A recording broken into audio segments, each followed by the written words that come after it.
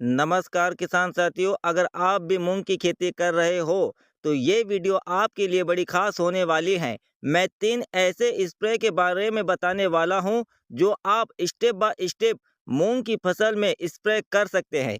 सबसे ज़्यादा अटैक हमारी मूंग की फसल में सफ़ेद मक्खी का दिखाई देता है, जिसकी वजह से हमारी फसल को काफ़ी नुकसान होता है। यहाँ तक कि अगर हम थोड़ी सी भी लापरवाही करते हैं तो समझो काम तमाम।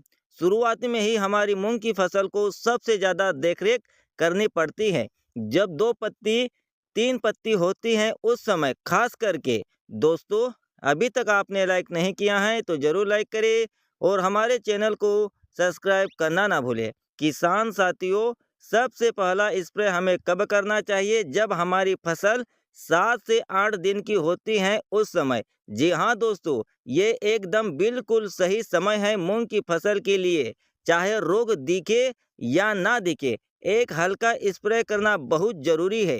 रोग आने का इंतजार ना करें। सबसे पहले हमारी फसल में सफेद मच्छर, काले मच्छर, हरा फुदका और थ्रिप्स। जी हाँ दोस्तों, शुरुआती में थ्रिप्स का भी अटैक दिखाई देता है सफेद मक्खी के साथ साथ। अब इन्हें कंट्रोल करने के लिए हमें दवाई कौन सी लेनी चाहिए?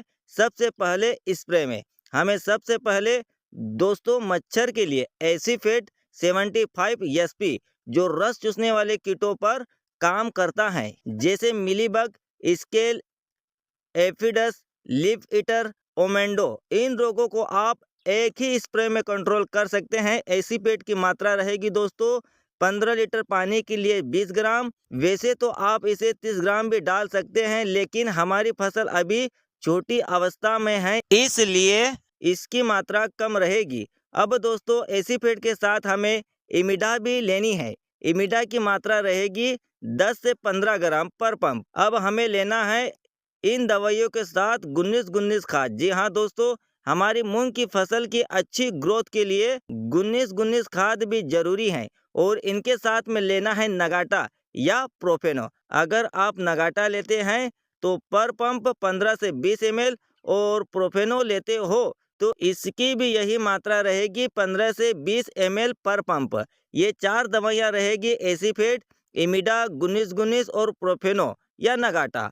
ये हो गई दोस्तों हमारे पहले स्प्रे के लिए। अब हमारे दूसरे स्प्रे में लेना है जब हमारी फसल 14 से 15 दिन की होती है उस समय हमारी फसल में थ्रिप्स का अटैक शुरू हो जाता है, जिस वजह से हमारी फसल की ग्रोथ रुक जाती है। थ्रिप्स के साथ साथ छोटी छोटी इल्लियाँ जो पत्ते के पीछे की साइड से खाना शुरू कर देता है, जो हमें पता भी नहीं चलता है। पता जब चलता है जब हमारा प्लाट बर्बाद हो जाए।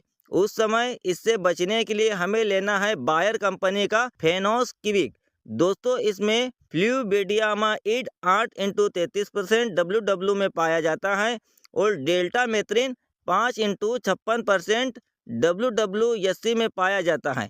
दोस्तों इन दोनों को मिलाकर बनाया गया है। इस वजह से दोस्तों फेनोस क्विक लंबे समय तक काम करता है। फसल की शुरुआती में अगर इसका इस्तेमाल किया जाए बहुत बढ़िया रिजल्ट मिलता है। दोस्तों फेनोस क्विक के साथ हेक्साकोनाजोल लेना बहुत जरूरी है। जब हमारी फसल 15 से 20 दिन की होती है उस समय फंगस देखने को मिलता है। अर्ली ब्लाइट, पीला mosaic, powdery mildew, downy mildew. दोस्तों इन्हें कंट्रोल करने के लिए हमें हेक्साकोनाजोल फंगीसाइड का इस्तेमाल करना पड़ेगा। दोस्तों मूंग की फसल में बहुत बढ़िया तरीके से काम करता है और बढ़िया रिजल्ट देखने को मिलता है। दोस्तों दूसरे स्प्रे में फेनोस क्विक की मात्रा रहेगी 10 ml 15 लीटर पानी के लिए और हेक्साकोनाजोल की मात्रा रहेगी 30 से 40 ml 15 लीटर पानी के लिए। दोनों को अलग अलग बर्तन में घोल बनाकर ही इस्तेमाल करें। ठीक है दोस्तों, आपको ये जानकारी कैसी लगी? अगर जानकारी अच्छी लगी हो तो जाते जाते लाइक और हमारे चैनल को सब्सक्राइब करना ना भूले। धन्यवाद।